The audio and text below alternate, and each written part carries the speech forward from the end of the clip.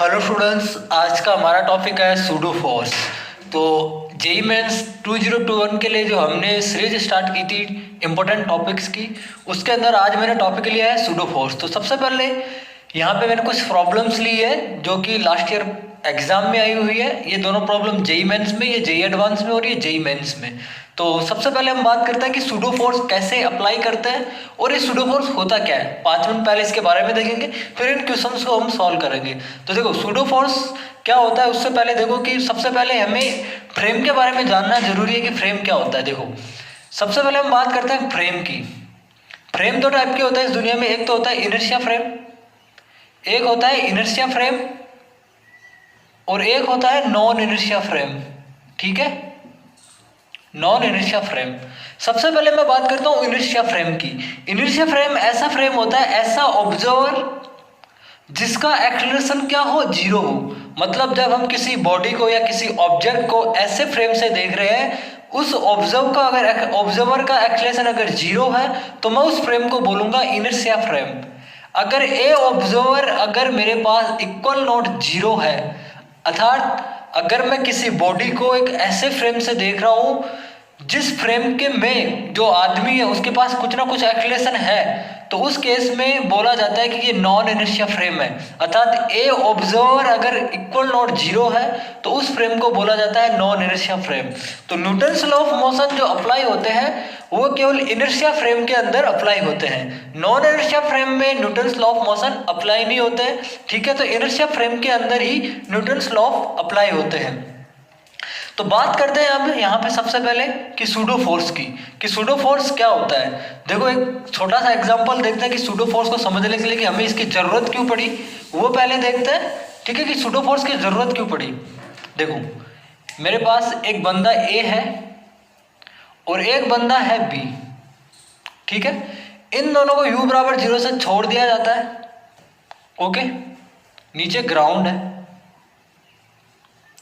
इसके ऊपर acceleration g लगेगा और इसके ऊपर एक्सेलरेशन नीचे की तरफ g लगेगा। इसका वेट m1 है और इसका वेट m2 है। ओके, अब क्या करता हूं कि मैं a के रेस्पेक्ट में जब मैं b को देखता हूं, देखो a वाला के पास एक्सेलरेशन है, जब मैं a के रेस्पेक्ट में जब मैं b को देखता हूं तो यहाँ पे देखो विथ रेस्पेक्ट टू a के रेस्पेक्ट में जब मैं b को देखता हूं तो b वाले की कंडीशन कुछ इस तरह से होगी। यहाँ पे देखो g इसके पास नीचे की ओर था, इसके पास जो भी है सब कुछ छीन के b वाले को दे दो। ऊपर की तरफ g, नीचे की तरफ इसका खुद का g था। ठीक है, अब इसके पास एक्सेलरेशन, रिजल्टेड एक्सेलरेशन क्या है, इसके पास 0 आ रहा है।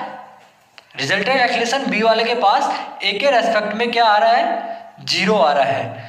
तो अब मैं ये चीज बोल सकता हूं कि यहाँ पे अब मैं बोला कि ए वाले को बोला कि भाई बी का फ्री बॉडी डायग्राम बनाओ।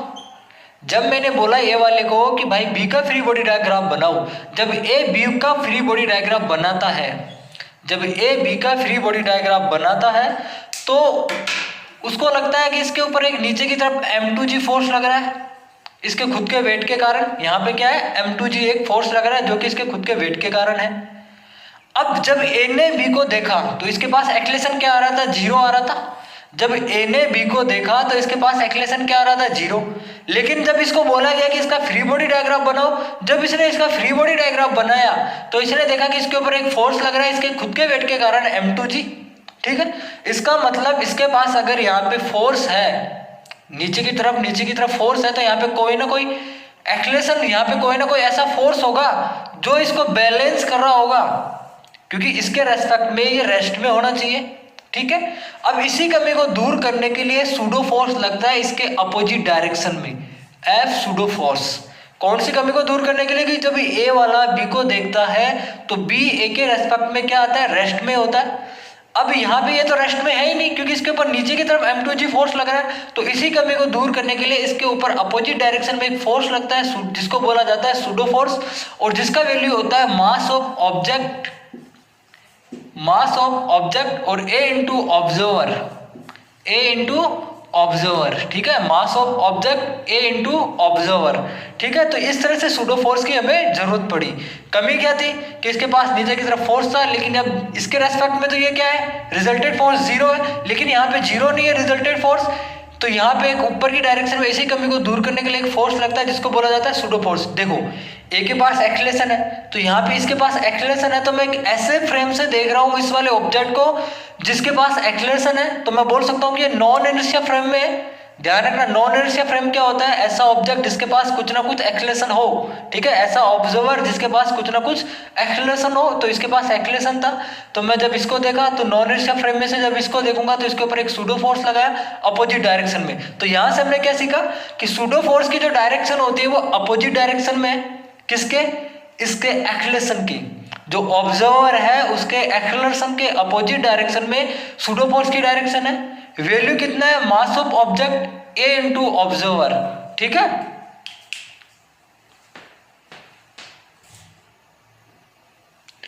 तो देखो सूडो फोर्स कब लगाते हैं? नॉन इनर्शिया फ्रेम से देखते हैं। ऐसा ऑब्जर्वर जब उसका एक्सेलरेशन इक्वल नॉट जीरो हो। मैं बोल सकता हूं इसको नॉन इनर्शिया फ्रेम से, नॉन इनर्शिया फ्रेम से जब मैं किसी ऑब्जेक्ट को देखता हूं, ठीक है।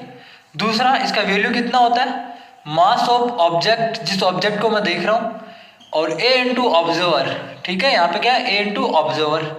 डायरेक्शन की मैं बात करता हूं तो डायरेक्शन क्या होगी? अपोजिट डायरेक्शन में होगी। अपोजिट डायरेक्शन में होगी किसके? ए ऑब्जर्वर के।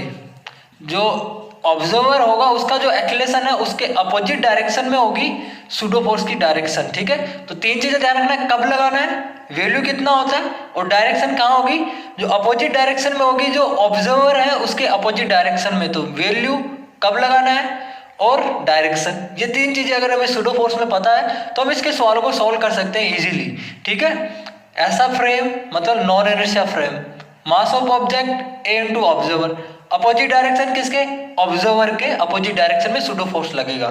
देखो अब सूडो फोर्स के सवालों को जब भी आप सोल्व करो तो तीन चीजें हमेशा देख लेना। पहला कि सवाल में क्या बोल रहा है, ठीक है, वो ढंग से देखना है आपको। उसके बाद सवाल में जो आपको कंडीशन दी गई है उस कंडीशन को आपको यूज करना है। ध्यान रखना, सवाल में दी गई इंफॉर्मेशन को आपको यूज करना ही है। तो सवाल में जो कंडीशन दी गई है उस कंडीशन को यूज करना है। और तीसरा स्टेप, ये सूडो फोर्स का आपको पता होना चाहिए कि कब लगता है, डायरेक्शन क्या होती है और वैल्यू क्या होती है, ये चीज हमें पता होनी चाहिए। ध्यान रखना, ये मास ऑफ ऑब्जेक्ट है, ओके। तो पहला सवाल सॉल्व करते हैं।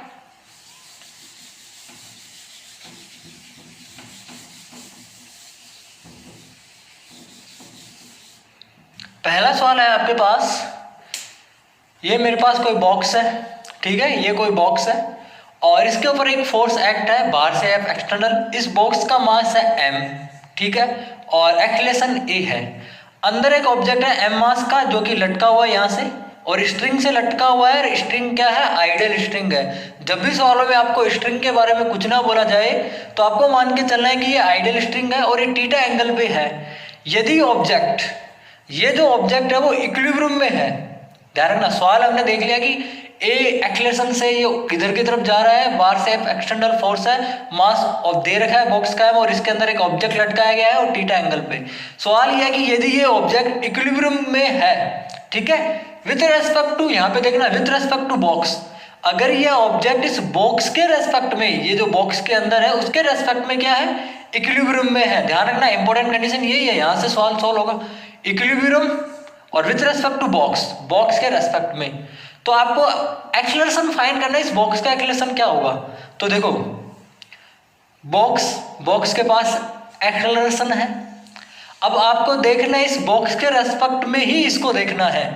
अब देखो इसके पास एक्सेलरेशन है, अब आप ऐसे फ्रेम में हो जिसके पास एक्सेलरेशन है और अब जब आप इस ऑब्जेक्ट को देखोगे तो मैं ये बोल सकता हूं कि यहाँ पे जब आप इस ऑब्जेक्ट को देखोगे तो देखो यहाँ पे कुछ इस तरह से होगा। पहले तो कंडीशन देखता हूँ, थीटा एंगल, मैं बोल सकता हूँ कि नॉन इनर्शिया फ्रेम में है। क्यों? क्योंकि इस ऑब्जर्वर का एक्सेलरेशन इक्वल नॉट जीरो है, ठीक है, तो ये इनर्शिया फ्रेम में आ गया, नॉन इनर्शिया फ्रेम में आ गया। दूसरी कंडीशन कि जब मैं इस ऑब्जेक्ट को देखूंगा, जब भी मैं किसी नॉन इनर्शिया फ्रेम से किसी ऑब्जेक्ट को देखता हूं तो उसके ऊपर एक सूडो फोर्स लगता है और वह सूडो फोर्स उस ऑब्जर्वर के एक्सेलरेशन के अपोजिट डायरेक्शन में होता है और उसका मान क्या होता है, वैल्यू क्या होता है, मास ऑफ ऑब्जेक्ट, इसका मास m है और a इंटू ऑब्जर्वर, इसका एक्सेलरेशन ये। अब सूडो फोर्स के अंदर जो बाकी बचे फोर्स है, नॉर्मल, टेंशन या फ्रिक्शन फोर्स, इन सब के ऊपर कोई फर्क नहीं पड़ता है, ये फोर्स लगेंगे ही। और सूडो फोर्स की कोई रिएक्शन नहीं होती है, एक्शन रिएक्शन वाला यहाँ पे कोई नहीं होता, तो सूडो फोर्स की कोई रिएक्शन नहीं होती है। दूसरा चीज कि नॉर्मल टेंशन और फ्रिक्शन जो रियल फोर्स है उनके ऊपर कोई फर्क नहीं पड़ेगा। नॉर्मल टेंशन फ्रिक्शन फोर्स जो रियल फोर्स है उनके ऊपर कोई फर्क नहीं पड़ेगा, ये फोर्स लगेंगे ही। तो देखो इसके ऊपर खुद के वेट के कारण mg लगेगा। टेंशन, रस्सी को पकड़ो और बोलो खींचो, जिस डायरेक्शन में आप जब इसको खींचोगे उसी डायरेक्शन में टेंशन फोर्स की डायरेक्शन होगी टी। अगर ये एंगल थीटा है तो मैं ये बोल सकता हूँ कि ये 90 माइनस थीटा होगा। टी का एक कंपोनेंट इधर की तरफ आएगा टी कोस थीटा, तो ये साइन थीटा हो जाएगा, और ऊपर की तरफ हो जाएगा टी कोस थीटा। इतना काम हो चुका। इसके रेस्पेक्ट में देखा तो नॉन इनर्शिया फ्रेम था। जब मैं इस ऑब्जेक्ट को देख रहा हूँ कि नॉन इनर्शिया फ्रेम से जब भी मैं किसी ऑब्जेक्ट को देखूंगा तो उसके ऊपर एक सूडो फोर्स लगाना पड़ेगा, एफ सूडो फोर्स। बाकी जो भी फोर्स है रियल फोर्स उनके ऊपर कोई फर्क नहीं पड़ेगा, वो तो लगेंगे ही, तो वो फोर्स लगेंगे ही, ठीक है। अब कंडीशन क्या है कि ये इसके रेस्पेक्ट में इक्विलिब्रियम में होना चाहिए। मैंने इसके रेस्पेक्ट में देख लिया, अब कंडीशन क्या है कि ये इसके रेस्पेक्ट में क्या होना चाहिए, इक्विलिब्रियम के अंदर होना चाहिए। तो अब इसको इक्विलिब्रियम के अंदर कर दो। इक्विलिब्रियम का कंडीशन क्या होता है, रिजल्टेड फोर्स 0। तो T cos theta equal to मैं क्या कर दूंगा यहाँ पे mg के इक्वल, और टी साइन थीटा को इक्वल कर दूंगा आज मैं यहाँ पे ma के इक्वल। अब क्या कर रहा हूँ, इक्वेशन नंबर 1 और इक्वेशन नंबर 2 में से इसका डिवाइड कर देता हूँ, तो यहाँ से मेरे पास आएगा tan थीटा इक्वल टू आएगा g बाई, यहाँ पे tan theta equal to a by G. तो a का वैल्यू यहाँ से आ जाएगा मेरे पास g tan थीटा। a का वैल्यू क्या है मेरे पास आज g tan थीटा, तो यहाँ पे a का वैल्यू आ चुका है मेरे पास g tan थीटा। तो सवाल में इंपोर्टेंट क्या था, कंडीशन क्या है, कैसे फ्रेम से देख रहे हो, सूडो फोर्स किस डायरेक्शन में लगाया जाता है और कितना लगाया जाता है, जो रियल फोर्स है उनके ऊपर कोई फर्क नहीं पड़ेगा। फिर मैंने सवाल में दी गई कंडीशन को यूज किया कि इसके रेस्पेक्ट में जब मैं इसको देख रहा हूं तो इसके साथ क्या है, ये इक्विलिब्रियम में है, तो मैंने इसको इक्विलिब्रियम के अंदर कर दिया, तो सवाल खत्म। अगला सवाल है हमारे पास, ये सवाल जेईई मेंस के अंदर आया हुआ है और नीट एग्जाम के अंदर भी आया था 2018 में, ठीक है। तो सवाल काफी अच्छा है, सूडो फोर्स का ही है। देखो एक वेज है जो कि क्या है, यहाँ पे ये सरफेस मान लो स्मूथ है, कोई फ्रिक्शन विक्शन नहीं है यहाँ पे।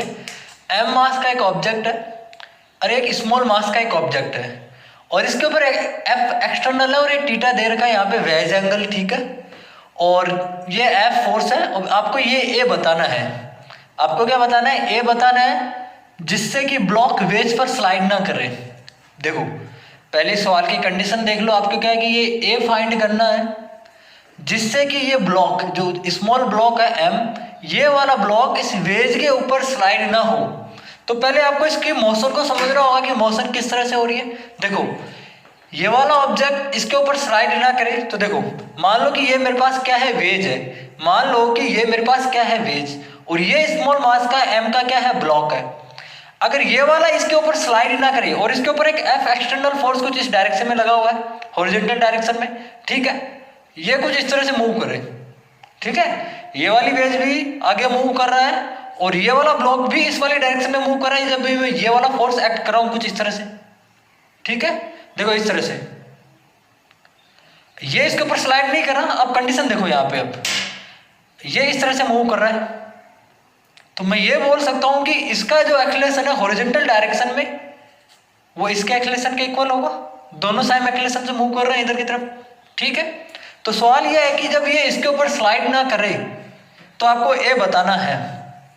तो देखो अब स्लाइड नहीं करे, मतलब इसके ऊपर स्लाइड ना करे, जब मैं इसके रेस्पेक्ट में जब मैं इसको देखता हूं, इसके रेस्पेक्ट में यह क्या करे, रुका रहे, ठीक है, इस तरह से स्लाइड ना करे। जब मैं इसके रेस्पेक्ट में जब मैं इसको देखता हूं तो ये क्या करे, रुका रहे। तो देखो इस m के रेस्पेक्ट में विद रेस्पेक्ट टू m,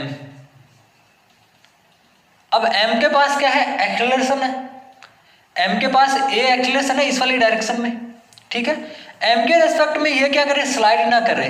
तो मैं क्या कर रहा हूं, विद रेस्पेक्ट टू m के पास एक्सेलरेशन है, तो मैं इस ऑब्जेक्ट को एक ऐसे फ्रेम में देख रहा हूं, इस ऑब्जेक्ट को मैं एक ऐसे फ्रेम में देख रहा हूं जिसके पास क्या है, एक्सेलरेशन है a। तो मैं क्या करूंगा, देखो इस वाले ऊपर एक सूडो फोर्स लगाऊंगा इस ऑब्जेक्ट के अपोजिट डायरेक्शन में m इंटू ए ऑब्जर्वर, ठीक है, क्योंकि m के पास एक्सेलरेशन क्या है, a।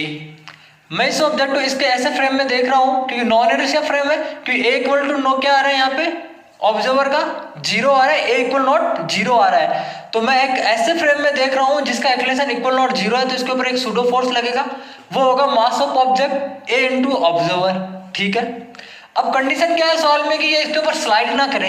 स्लाइड ना करे मतलब कि यहाँ पे ऊपर नीचे मोशन ना करे, ये इसके ऊपर नीचे ऐसे मोशन ना करे। तो देखो इसका फ्री बाकी और फोर्स तो लगेंगे ही, बाकी फोर्स पे कोई इफेक्ट नहीं पड़ेगा। जो भी रियल फोर्स है यहाँ के नॉर्मल mg वगैरह, इनके ऊपर कोई फर्क नहीं पड़ेगा, वो तो लगेंगी। यहाँ वाली कॉन्टेक्ट सरफेस की वजह से इसके ऊपर लगेगा नॉर्मल, खुद के वेट के कारण इसके ऊपर लगेगा mg। ठीक है, और ये एंगल दे रखा है मुझे थीटा, खुद के वेट के कारण mg का एक कंपोनेंट ये 90 माइनस थीटा होगा, तो एक कंपोनेंट इधर की तरफ आ जाएगा mg साइन थीटा, और ये कंपोनेंट आ जाएगा इधर mg कोस थीटा। ओके, दिखाई दे रहा है। दूसरा अब देखो ME, ये एंगल थीटा है तो ये एंगल भी क्या होगा थीटा। इस MA का एक कंपोनेंट आ जाएगा MA साइन थीटा। ठीक है, और एक कंपोनेंट इसके जस्ट परपेंडिकुलर आ जाएगा, वो कंपोनेंट क्या होगा MA cos थीटा। अब कंडीशन क्या है कि सवाल में ये इसके ऊपर स्लाइड ना करे। जब मैं इस M के रेस्पेक्ट में जब मैं इस वाले ब्लॉक को देखता हूं तो ये इसके ऊपर क्या करे, स्लाइड नहीं करे। देखो इसके ऊपर स्लाइड ना करे तो मोशन का मतलब क्या है, दोनों ब्लॉक साथ साथ गति करे, ये भी गति करे साथ साथ, दोनों ब्लॉक क्या करे साथ साथ गति करे। ये इसके ऊपर स्लाइड नहीं कर रहा है तो इसका मतलब क्या है, दोनों ब्लॉक साथ साथ गति करे, दोनों ब्लॉक साथ साथ गति करे। मोशन कुछ इस तरह से हो रहा है। ठीक है, तो दोनों ब्लॉक साथ साथ गति करे। तो यहाँ पे देखो MA cos थीटा को मैं इक्वल कर दूंगा mg sin थीटा के, क्योंकि ये इसके ऊपर स्लाइड ना करनी चाहिए। कंडीशन सवाल में क्या है कि इसके ऊपर स्लाइड ना करे। जब मैं इस M के रेस्पेक्ट में जब मैं इसको देखूं तो ये इसके ऊपर क्या करे, स्लाइड ना करे। ठीक है, तो मैं यहाँ पे लिख सकता हूँ MA sin theta equal to mg sin theta. यहाँ पे MA थीटा, यहाँ पे एंगल ये थीटा, तो ये थीटा MA cos थीटा आएगा, सॉरी यहाँ पे ये MA cos थीटा और ये MA sin थीटा। ओके, तो यहां से क्या आएगा MA cos theta equal to mg sin theta. M से M चला गया यहां से, तो यहां से मैं बोल सकता हूं A इक्वल टू आएगा g tan थीटा। कुछ लोग इस रिजल्ट को याद भी रख लेते हैं। ठीक है, तो A इक्वल टू क्या आएगा g tan थीटा। तो इसका कंडीशन क्या है कि दोनों ब्लॉक साथ साथ गति करें, दोनों ब्लॉक साथ साथ गति करेंगे तो A इक्वल टू क्या आएगा g tan थीटा। अगला सवाल है, सेम सवाल है, बस इसमें फर्क इतना है। अगला इसमें एक सवाल और पूछ सकता है कि आपको ये f का वैल्यू बताना है। अगर आपको पूछ लेंगे ये जो F एक्सटर्नल है, इस F एक्सटर्नल का वैल्यू कितना होगा, वो कैसे फाइंड करोगे, तो उसको फाइंड करने के लिए आपको क्या करना है कि देखो इसको पूरे को सिस्टम में ले लो। ठीक है, इसको पूरे को एक सिस्टम में ले लो। इस सिस्टम के ऊपर केवल बाहर से एक F एक्सटर्नल F ही है, तो मैं हॉरिजॉन्टल डायरेक्शन में इक्वेशन लिख रहा हूँ F बराबर MA। ठीक है, M टोटल कितना है M प्लस M, और A का वैल्यू कितना आया था g tan थीटा। A का वैल्यू कितना आया था g tan थीटा, ये दिखाई नहीं दे रहा होगा आपको, तो A का वैल्यू क्या आएगा यहाँ पे g tan थीटा। जब मैं इस पूरे को क्या करता हूँ सिस्टम में ले लेता हूँ तो resulted force equal to MA लिखता हूँ सिस्टम पे, तो M plus M total mass और ये g tan थीटा। अगला सवाल है हमारे पास M मास का सेम सवाल है, लेकिन इसमें क्या है कि इधर की बाहर एक्सटर्नल F फोर्स लगा दिया और A इधर की तरफ है इसका। ठीक है, तो देखो सवाल ये है कि आपको बताना है कि A मिनिमम कितना होना चाहिए। ये जो A है ये मिनिमम कितना होना चाहिए कि जिससे कि ये जो ब्लॉक है M मास का, ये M मास का ब्लॉक है, इसके ऊपर से कांटेक्ट छोड़ दे। ठीक है, मतलब यहाँ पे देखो जिससे कि ऑब्जेक्ट वेज का कांटेक्ट छोड़ दे, तो ये M मास का ऑब्जेक्ट है, इस वेज का कांटेक्ट छोड़ दे तो कितना होना चाहिए A। ठीक है, तो कुछ देखो मोशन कुछ इस तरह से है। मान लो कि F फोर्स मेरा हाथ है जो कि फोर्स लगा रहा है इसके ऊपर कुछ इस तरह से, तो आपको ये वाली कंडीशन बताना। देखो यहाँ पे एक बार फिर से देखो, तो A कितना होना चाहिए कि जिससे कि ये कांटेक्ट छोड़ दे। तो कांटेक्ट छोड़ने की कंडीशन में मैं बोल सकता हूँ कि जैसे ही कांटेक्ट छोड़ेगा उस केस में नॉर्मल फोर्स क्या हो जाएगा 0। नॉर्मल फोर्स क्या होगा 0। अब देखो यहाँ पे मैं M के रेस्पेक्ट में इसको देख रहा हूँ, स्मॉल M वाले ब्लॉक को, तो यहाँ पे देखो कुछ इस तरह से M वाला ऑब्जेक्ट, जब मैं इसके रेस्पेक्ट में इसको देखूंगा तो इसके पास क्या है, M वाले के पास एक्सलेशन है A। मैं नॉन इनर्शिया फ्रेम से जब मैं किसी बॉडी को देख रहा हूँ, किसी ऑब्जेक्ट को देख रहा हूँ, तो मुझे उसके ऊपर एक सूडो फोर्स लगाना पड़ेगा, और वह सूडो फोर्स उस ऑब्जेक्ट के जो ऑब्जर्वर है उसके एक्सलेशन के अपोजिट डायरेक्शन में होगा। तो अपोजिट डायरेक्शन में लगेगा M into A pseudo force. बाकी जो रियल फोर्स है उनके ऊपर कोई फर्क नहीं पड़ेगा, तो इसके ऊपर खुद के वेट के कारण mg लगेगा और यहाँ वाली कॉन्टेक्ट सरफेस की वजह से नॉर्मल। ठीक है, अब देखो ये एंगल थीटा तो ये एंगल थीटा, ये कितना होगा 90 माइनस थीटा। ठीक है, अब देखो यहाँ पे इसका एक कंपोनेंट इधर की तरफ हो जाएगा एम ए साइन थीटा। ठीक है, 90 cos 90 minus theta sine theta होता है, और एक कंपोनेंट इधर की तरफ हो जाएगा एम ए कॉस थीटा। इधर की तरफ mg का कंपोनेंट होगा एक mg साइन थीटा, और एक कंपोनेंट इधर की तरफ हो जाएगा mg cos थीटा। ठीक है, अब देखो यहाँ पे मैं इक्वेशन लिख रहा हूँ n plus M A sine theta, ठीक है, और mg cos थीटा इक्वल। ऐसा क्यों लिखा, देखो अभी इस मोशन को समझो एक बार कुछ इस तरह से। ये वाला ब्लॉक है, ये नीचे वेज है, जब तक ये साथ साथ गति कर रहा है तब तक तो साथ साथ गति कर रहा है। ठीक है, जब ये इस तरह से कुछ मोशन हो रहा है तो साथ साथ गति है। जैसे ही इस ब्लॉक कांटेक्ट में छोड़ देगा, जैसे ही ये ब्लॉक इनका कांटेक्ट छोड़ेगा तो नॉर्मल फोर्स क्या हो जाएगा, जीरो। जब तक ये साथ साथ गति कर रहे थे, ये वाला वेज और ये ऐसे तो मोशन कर रहे थे, साथ साथ तो गति कर रहे थे, जैसे ही ये कांटेक्ट छोड़ेगा तो नॉर्मल फोर्स क्या हो जाएगा, जीरो। तो नॉर्मल फोर्स को मैं क्या करूंगा यहाँ पे जीरो, तो M A sine theta equal to हो जाएगा मेरे पास यहाँ पे एम जी कॉस थीटा के इक्वल। ठीक है, m से m बजा सकते हो, तो a का वैल्यू आएगा यहाँ पे g cot theta, g cos cot theta यहाँ पे, तो a का वैल्यू क्या आ गया g cot थीटा। तो सवाल यहाँ पे खत्म है, सिंपल सवाल था। नॉन इनर्शिया फ्रेम से जब मैं इस ऑब्जेक्ट को देखता हूँ तो ये ऑब्जेक्ट पे क्या होना चाहिए, नॉर्मल फोर्स जीरो होना चाहिए। पहले मोशन कैसे हो रही थी, साथ साथ वाली मोशन हो रही थी। ठीक है, अब नॉन इनर्शिया फ्रेम से देखूंगा तो इसके ऊपर एक सूडो फोर्स लगाना पड़ेगा, और सवाल में दी गई कंडीशन को मैंने क्या करा, यूज कर लिया, और दी गई कंडीशन को जैसे यूज करा तो मैंने क्या करा, कॉन्टेक्ट छोड़ने की कंडीशन में नॉर्मल फोर्स क्या हो जाएगा, जीरो, और ए का वैल्यू यहाँ पे आ चुका है। अगला सवाल है हमारे पास, ये कोई एक वायर है जो कि एक पैराबोला फॉर्म में है, जिसका इक्वेशन दे रखा है y equal to A X square. एक वायर है जिसका इक्वेशन दे रखा है ये y equal to A X square, ये जेई एडवांस के अंदर आया हुआ सवाल है, और इस वायर का एक्सेलरेशन b इधर की तरफ है, और यहाँ पे एक मोती पिरोया गया है इस वायर के अंदर, मोती मतलब पीयर। ठीक है, एक मोती इसके अंदर पिरोया गया है और जिसका मास है m। सवाल यह है कि इस मोती के द्वारा तय की गई मैक्सिमम हाइट कितनी होगी, ये जो मोती मैक्सिमम हाइट छड़ेगा वह कितनी होगी अगर यह मोती इस तार के रेस्पेक्ट में क्या हो, इक्विलिब्रियम में हो। यहाँ पे देख लो, हाइट बतानी है जब मोती इक्विलिब्रियम में हो इस वायर के रेस्पेक्ट में। ये जो वायर है, इस वायर के रेस्पेक्ट में जब ये मोती इक्विलिब्रियम में हो तो मैक्सिमम हाइट बतानी है आपको, कि जब ये इक्विलिब्रियम में हो जाए तो वो मैक्सिमम हाइट कितनी होगी। तो सवाल को देखो किस तरह से सॉल्व करते हैं। सवाल में कुछ भी नहीं है, सूडो फोर्स लगाना है, और एक छोटा सा कॉन्सेप्ट है, देखो ये कुछ इस तरह से सवाल था। पहली कंडीशन मैंने बोला कि देखो सवाल जैसा बोल रहा है वैसा कर दो। जब मैं देखो पहले विथ रेस्पेक्ट टू बोला कि मोती के रेस्पेक्ट में देखो, और मोती इसके वायर के रेस्पेक्ट में देखो विथ रेस्पेक्ट टू वायर, और वायर के पास एक्सीलरेशन है। बोला कि वायर के रेस्पेक्ट में आप मोती को देखो, जब मैं वायर के रेस्पेक्ट में इस मोती को देखूंगा तो इसके पास क्या आ जाएगा, सूडो फोर्स लगेगा, क्योंकि वायर के पास एक्सीलरेशन है, और मैं एक ऐसे फ्रेम से देख रहा हूँ इस ऑब्जेक्ट को जिसके पास एक्सीलरेशन है, तो इसके ऊपर एक सूडो फोर्स लगेगा। और वह सूडो फोर्स क्या होता था, मास ऑफ ऑब्जेक्ट, इसका मास, और into a observer into B, ये होता था। अब इसने बोला कि ये मैक्सिमम इसके द्वारा छड़ी गई हाइट, मान लो कि ये मैक्सिमम हाइट है इसके द्वारा छड़ी गई, ठीक है, ये एच। अब मुझे ये हाइट पता करनी है, तो कैसे पता करनी है वो देखो, आपको क्या करना है, अंदर ही अंदर एक यहाँ पे एक वेज बना लो, अंदर ही अंदर एक थीटा एंगल के क्या बना लो, वेज बना लो। ठीक है, इसको इस तरह से फील करो, ये एम मास का मोती हो गया और अंदर ही अंदर हमने एक वेज बना ली यहाँ पे थीटा एंगल पे। ठीक है, अब इसके रेस्पेक्ट में जब मैं इसको देखूंगा तो इसके ऊपर एक सूडो फोर्स लगेगा और उसका वैल्यू होगा एम इंटू बी। ठीक है, ये एंगल अगर थीटा है तो ये भी एंगल आज क्या होगा, थीटा। इसका एक कंपोनेंट होगा एम बी कोस थीटा और इधर की तरफ होगा एम बी साइन थीटा। इसके खुद के वेट के कारण भी एम जी लगेगा और यहाँ वाली कॉन्टेक्ट सरफेस की वजह से भी नॉर्मल फोर्स लगेगा। ठीक है, तो एम जी का एक, ये थीटा है तो ये 90 माइनस थीटा होगा। एम जी का एक कंपोनेंट इधर की तरफ आएगा एम जी साइन थीटा और एक इधर की तरफ आएगा एम जी कोस थीटा। अब देखो कंडीशन क्या है कि वायर के रेस्पेक्ट में ये मोती क्या है, इक्विलिब्रियम में है, वायर के रेस्पेक्ट में जब ये इक्विलिब्रियम में है, वायर के रेस्पेक्ट में देखा तो सूडो फोर्स लगाया मैंने, क्योंकि ऐसे फ्रेम से देख रहा हूँ कि जो नॉन इनर्शिया फ्रेम है, सूडो फोर्स लगाया। वायर के रेस्पेक्ट में क्या है, ये इक्विलिब्रियम में है, तो सवाल में दी गई कंडीशन को यूज कर लो। जब ये इक्विलिब्रियम के अंदर होगा तो मैं बोल सकता हूँ कि M B cos theta equal होगा एम जी साइन थीटा के। तो यहां से मैं टेन थीटा को लिख सकता हूँ बी बाई जी।